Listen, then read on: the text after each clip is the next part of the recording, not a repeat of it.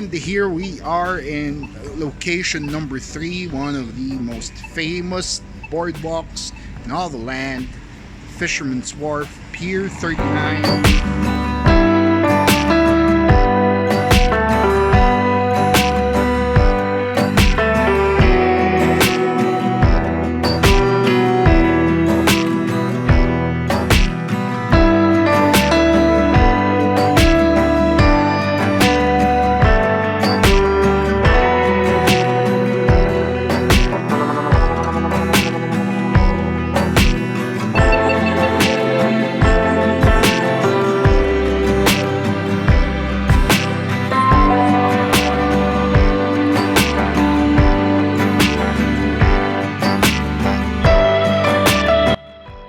From one famous boardwalk to another, we go to Santa Cruz, California with DNA, who is a comedy booker I met online during the pandemic. He was nice enough to give me a spot while I was out here, and now we get to see what Santa Cruz, California comedy has to offer. So here we go.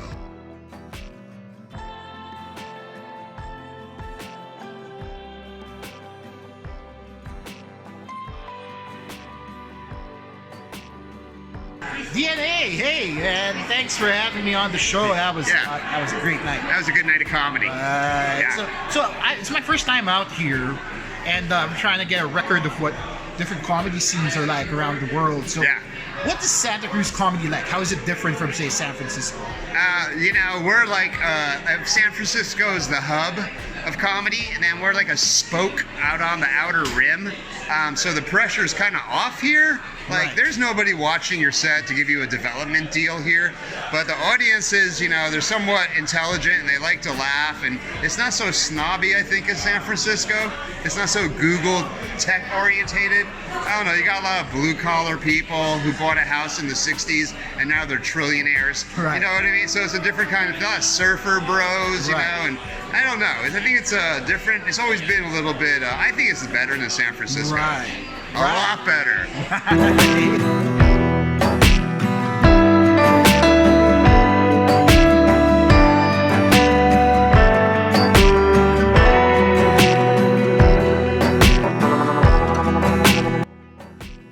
Hey, let the people know where they can find your shows.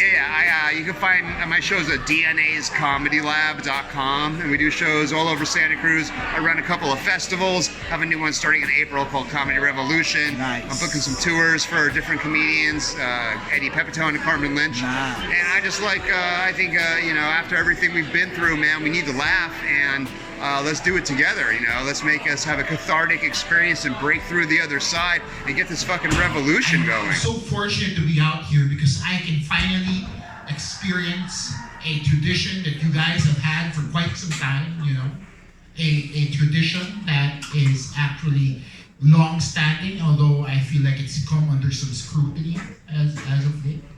Right? That is right. Finally, I get to experience a pumpkin spice latte. Yes. We don't have pumpkins in the Philippines, you guys.